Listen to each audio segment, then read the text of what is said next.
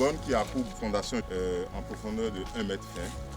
La partie 1 mètre 30 qu'on voit ici, sur laquelle nous sommes, le sous-bassement, supporte la pyramide qui a pour grande base 60 cm de côté et la petite base de 40 cm de côté.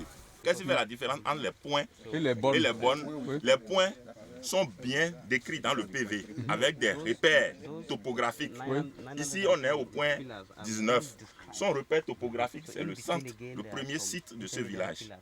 Donc, entre les points maintenant, on a mis des bornes intermédiaires qui sont aussi des points frontières. La différence entre points protocolaires et bornes, c'est que les points protocolaires sont premièrement les bien décrits, oui, et le colon a mis les bornes intermédiaires pour densifier. Ça, c'est les bornes.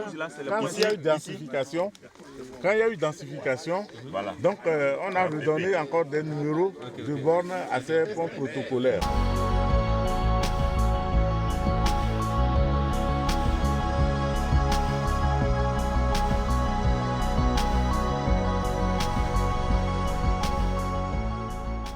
Il m'est toujours agréable de prendre la parole pour exprimer le plaisir que la GIZ trouve pour effectivement donc depuis 2017 pour travailler avec vous, pour appuyer le processus qui a été lancé le 6 mai 2017 à Madiatom au Togo, en présence des 2 ambassadeurs allemands, de l'Union africaine et des 2 ministres en charge des questions de frontières.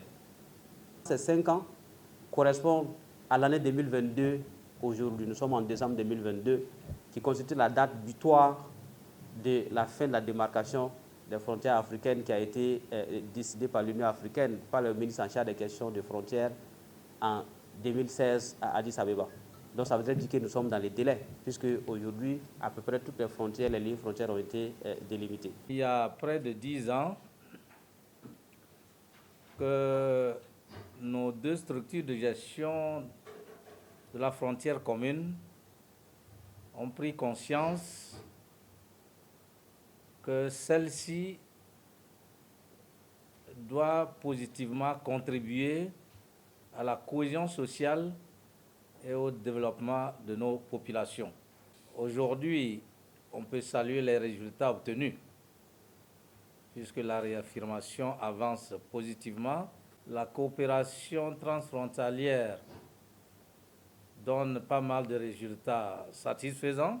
Cette 17e session de la commission mixte paritaire Bénin-Togo va nous permettre de faire une programmation de nouvelles actions à mener en 2023. C'est extrêmement difficile, quand on est colonisé comme nous sommes, de nous entendre sur ce que nous avons fait.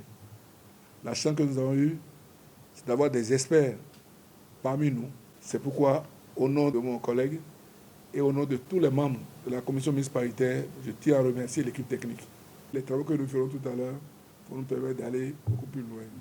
C'est juste un mot que, avec l'autorisation de vous tous, nous déclarons ouverts les travaux de cette réunion qui va beaucoup nous amener vers la coopération transfrontalière.